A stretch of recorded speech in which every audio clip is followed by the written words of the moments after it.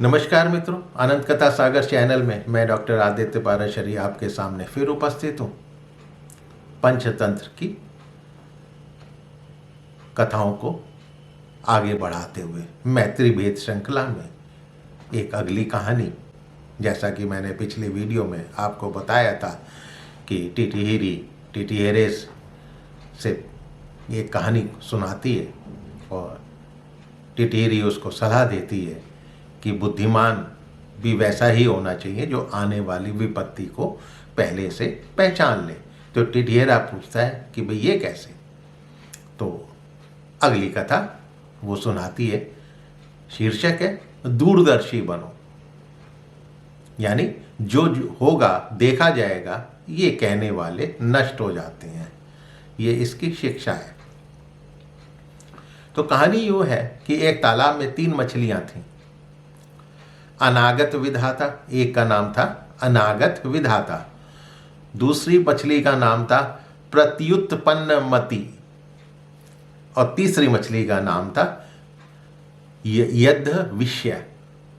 एक दिन मछियारों ने उन्हें देख लिया और सोचा भाई इस तालाब में खूब मछलियां हैं, आज तक कभी इसमें जाल भी नहीं डाला गया है, इसलिए यहाँ खूब मछलियां हाथ लगेंगे।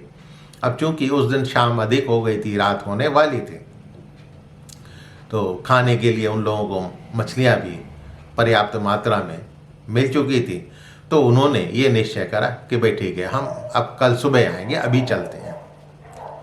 तो अनागत विधाता नाम की मछली ने उनकी बातें सुन ली थी। उसने सारी मछलियों को बुलाया और कहा कि भाई आपने उन मछियारों की बात सुनी, अब रातों ही रात हमें ये तालाब छोड़कर जाना पड़ेगा, दूसरे तालाब में चले जाना चाहिए, एक क्षण भी इसमें देर करना उचित नहीं है।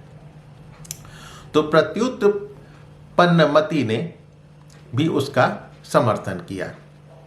उसने कहा कि भाई परदेश में जाने का डर प्राय सभी को नपुंसक बना देता है। आज भी देखा होगा बातचीत करने में, अरे वहाँ कौन जाएगा, परदेश में जाने से लोग डरते हैं, अपने ही कुएं का हम जल पिएंगे। ये कहकर जो लोग जन्म भर खारा पानी पीते हैं वो कायर होते हैं। स्वदेश का ये राग वही गाते हैं जिनकी कोई और गति नहीं होती, जिनके पास कोई और तरीका नहीं होता। तो उन दोनों की बातें सुनकर यद्ध विषय नाम की मछली हंस पड़ी। कहती है, अरे भाई किसी राह जाते आदमी के वचन मात्र से डरकर हम अपने पूर्वजों के देश को कैसे छोड़ सकते हैं। दैव अनुकूल होगा तो यहाँ भी हम सुरक्षित रहेंगे, प्रतिकूल होगा तो अन्यत्र जाकर भी किसी के जाल में फंस जाएंगे। मैं तो नहीं जाती, तुम लोगों को जाना हो तो जाओ। अब उसकी जिद देखकर, उसका आग्रह देखकर अनागत विधाता और प्रत्युत्पन्नमति जो मछलियां थीं वो दोनों सपरिवार पास के तालाब में चली गईं। अब युद्ध विषय अपने परिवार के साथ उसी तालाब में रही। अगले दिन सुबह मछियारे आ गए, उन्होंने तालाब में जाल फैलाया और सारी मछलियों को पकड़ लिया। वो मछलियां सब चली गईं, मर गईं। इसीलिए टिटिहिरी बोलती है कि मैं यह कहती हूँ कि जो होगा देखा जाएगा, ये नीति विनाश की ओर ले जाती है। हमें प्रत्येक विपत्ति का उचित उपाय समय रहते करना चाहिए। अब ये सुनकर टिटिहेरे ने टिटिहिरी से कहा कि मैं युद्ध विषय जैसा मूर्ख और निष्कर्म नहीं हूँ, मेरी बुद्धि का चमत्कार देखती जा। मैं अपनी चोंच से पानी बाहर निकालकर समुद्र को सुखा देता हूँ।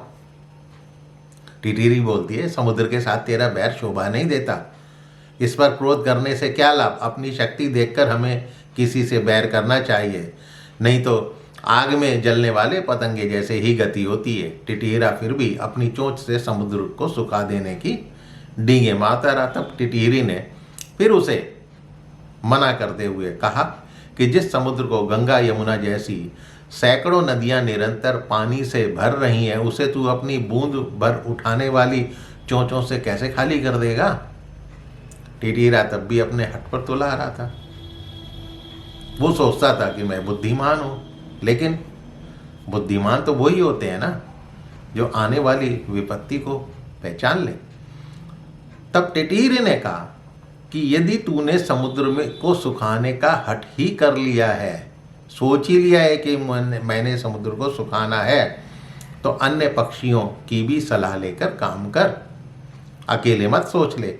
कई बार छोटे छोटे प्राणी अपने से बड़े जीव को भी हरा देते हैं। जैसे चिड़िया, कठफोड़े और मेंढक सबने मिलकर हाथी को मार दिया था। तो टिटेरा पूछता है, भाई ये कैसे? तो टिटेरे ने तब चिड़िया और हाथी की कहानी उनको सुनाई।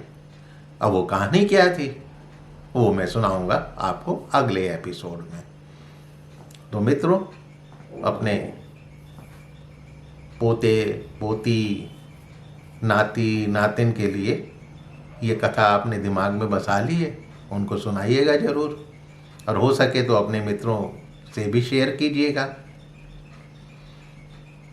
और यदि मेरा चैनल पसंद आ रहा है तो सब्सक्राइब करना मत भूलिएगा। आपके सुझावों का कमेंट बॉक्स में स्वागत है। मिलता हूँ फिर अगली कथा के साथ अगले एपिसोड में। तब तक के लिए नमस्कार।